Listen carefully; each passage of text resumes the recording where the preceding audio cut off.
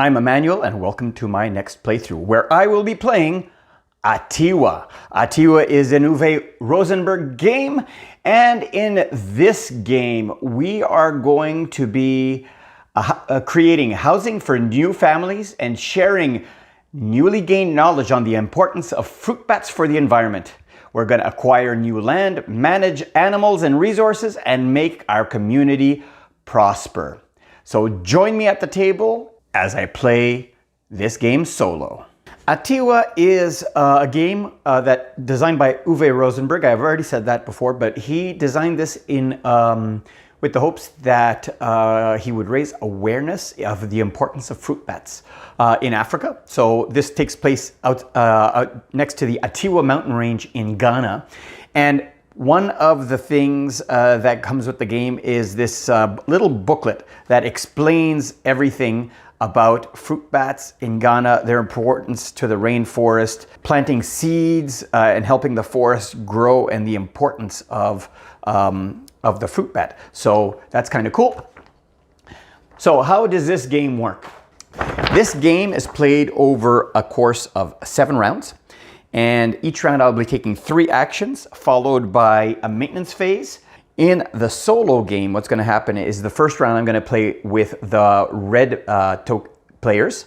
They will stay on the board for the second turn, blocking those spaces. So it's a worker placement game. The actions I take in the first round can't be taken in the second round. Second round I'll play yellow.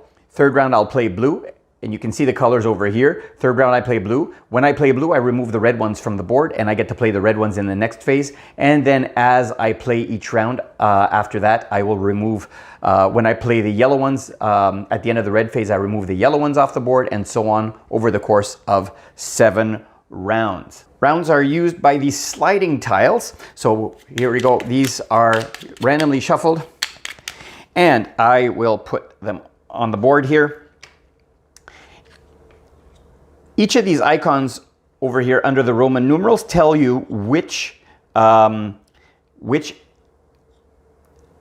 tokens, as any Uwe Rosenberg game goes, which tokens are eligible for breeding. So in round 1, if you have 2 houses, 1 bat or 1 animal, then each of those can breed.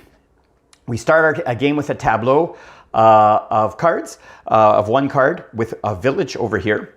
Now villages, the little houses represent families that are moving into your village, and the families can either be untrained families or trained families, which will have the symbol of the bat on it, meaning that these families here know the importance of fruit bats, and they're working to preserve fruit bat populations.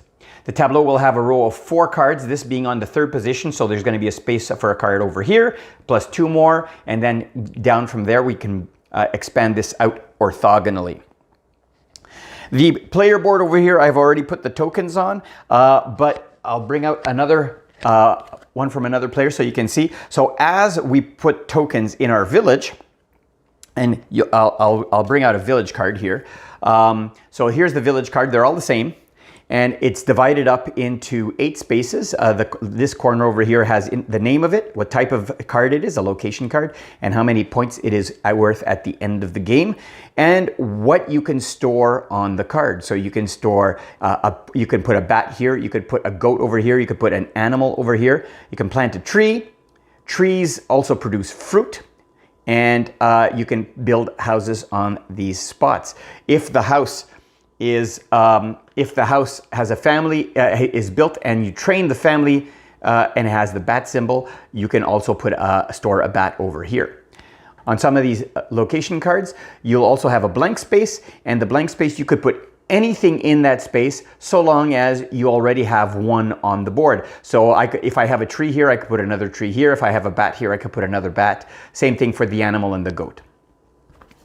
So that is the locations. There are other locations we can buy down here. The farmstead has room for 1 house. You can see it here on the card. Farmstead has room for 1 house. The settlement has room for 2. The village has room for 3, and the biggest one of all, the town, has room for 4 houses. And these are the costs: 10 gold and 7 trees. You actually have to chop down trees to build these villages, down to the cheapest one here, which is 1 gold and 1 tree.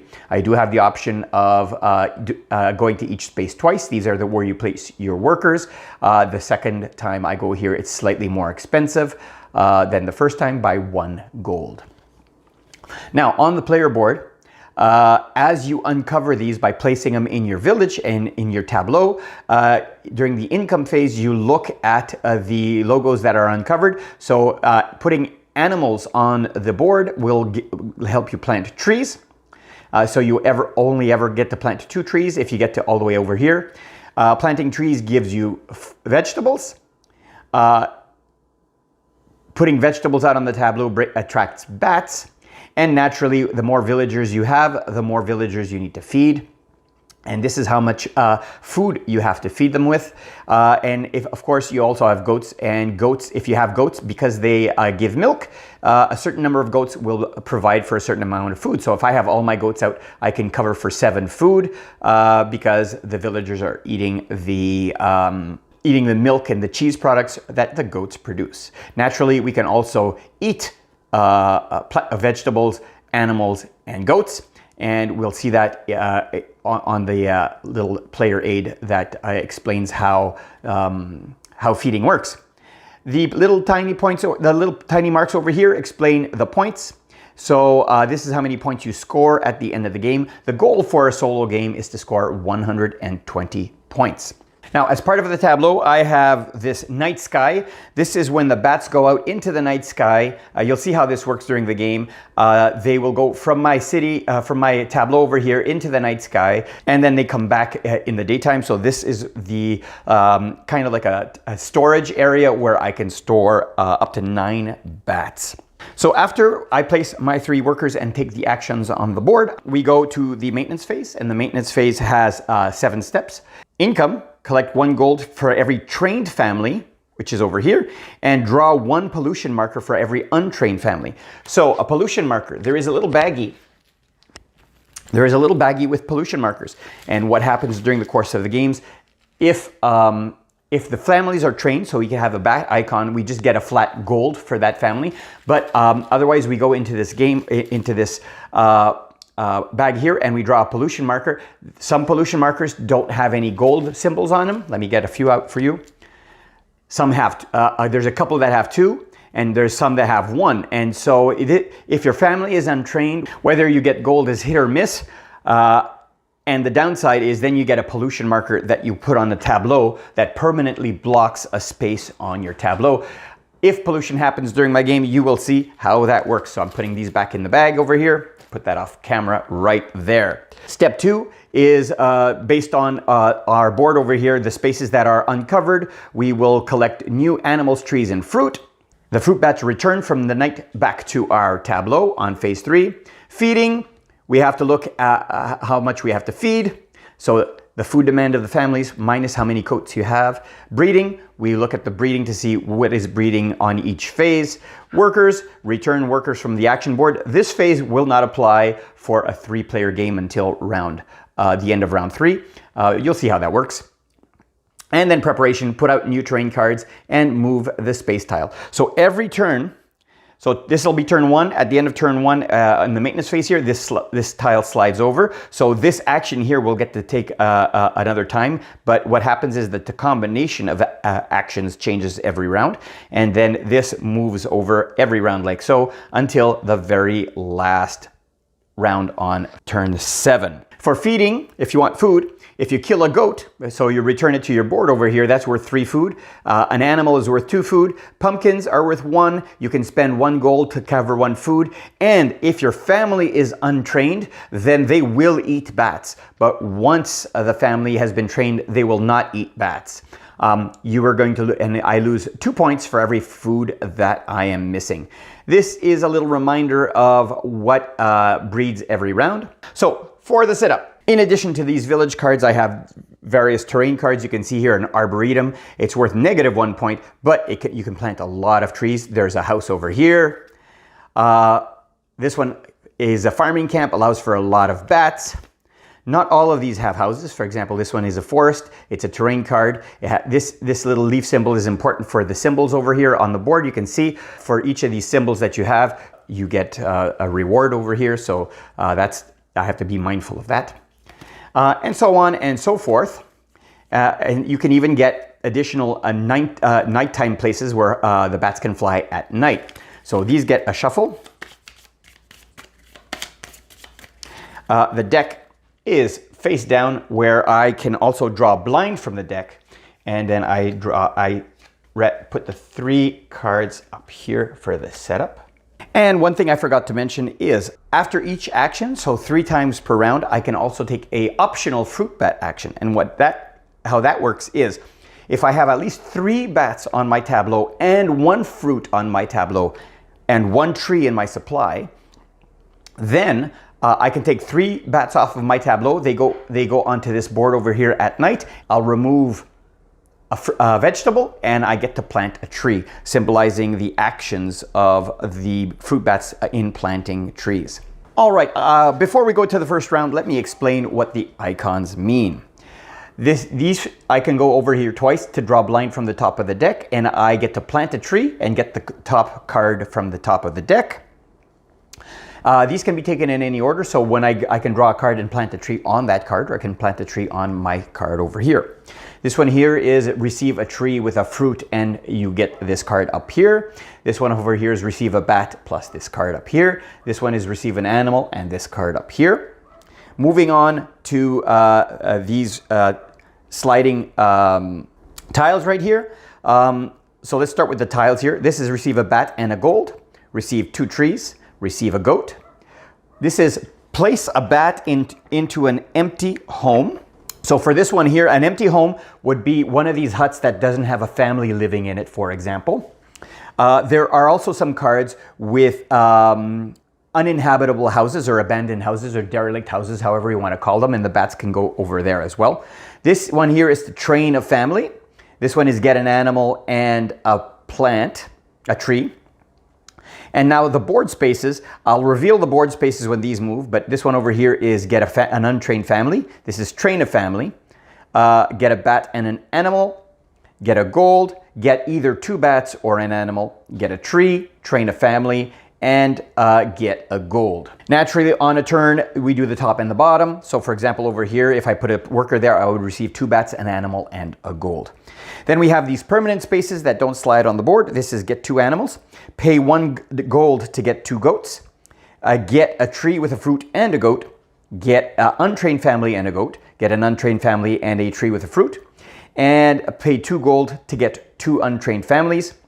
And over here, there's 2 other spaces. This one is receive 1 gold for every card that you have on your tableau that has the little plant symbol. If you have at least 4 of these terrain cards in your tableau, then you get to train a family. This one here is you get to train a family for each of the same leaf symbols over here. And if you have 4 terrain cards over here, then you can have, you get a gold as well. Note that these ones up here are called terrain cards, and these ones are down here are called location cards. So this applies to terrain cards only. And finally, down here, we have the costs for building villages and farmsteads and settlements and towns. This is 1 gold and 1 tree for this one. All of them cost an additional gold if I go there the second time. This is 4 gold and 3 trees, 7 gold and 5 trees for the village, and finally 10 gold and 7 trees for the town. And these are all the spaces on the board. So let me think about what I want to do this turn, and I'll come right back. All right, let's get to it and play our first action. Our first action, using the little red guy over here, I'm going to start over here by coming on this action, and I will get a new villager moving into the hut over here, as well as a goat. So put the goat over here in the field. That is my first action. For my second action, I will come over here and train 2 villagers, 1 and 2. And for my final and third action, I will come over here, I will get 2 bats,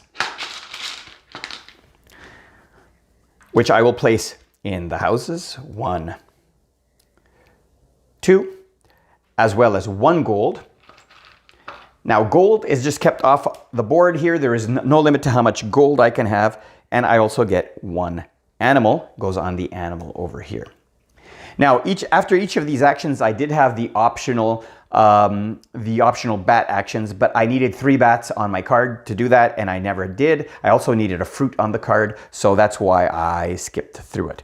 So that is the end of our first turn. These spaces will remain blocked with the little guys on it. What happens with this tile when we slide it over? Well, this guy will stay over here and block that space, and that tile becomes unblocked in the next round. So now let's get right into the maintenance phase. First is collect 1 gold per trained family. We have 2 trained families over here. So we get 2 gold.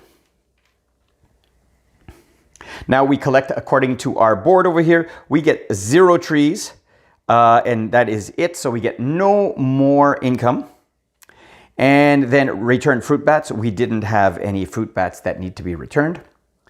Feeding. So we have 2 families which require 3 food, minus the 1 for the food that the goat provides, which is a difference of 2. We have to provide 2 food. And if we look at the card over here, I can eat the animal for 2 food. So let's go ahead and eat this animal. And we bring it back to our board, and that is done for the food. Now we get to breeding, and for this round, if we have 2 families, which we do, we get a new family. So this is an untrained family, and we have a space for them there. If we didn't have a space, we would have had to forego that. We do have a fruit bat, so we get another fruit bat, and we have a space for that here. Recall that we also have a blank space where we can put anything that's already on the card, we can put there. And we did slaughter our animal for food, so we don't breed the animal over there. Next, return workers. It doesn't apply. The workers stay over here. New terrain cards. Now in the main game for multiplayer, these get wiped and we put new cards in. But in this case, what happens is any card that has been purchased gets replenished, and the other cards stay in play for the whole duration of the game. And finally, move action space tile. So as I said before, this tile slides over here. The guy stays over here, and for my next turn, I will be playing yellow, but these 3 spots are blocked, but that will have to be tomorrow. Well, I hope you enjoyed this intro and setup and turn 1 for Atiwa. If you did, I would always appreciate a thumbs up, and if you haven't already, click on my logo over here to subscribe. Here is a video that might be of interest to you, as well as a playlist of other playthroughs on my channel. Until tomorrow, thanks for watching.